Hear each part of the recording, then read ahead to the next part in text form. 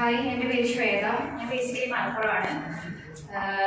എനിക്കും +1 മുതലാണ് ഈ ആർക്കിടെക്ചർ എന്നുള്ള ഫീൽഡിനോട് ഇൻട്രസ്റ്റ് വരാൻ തോന്നിയത്.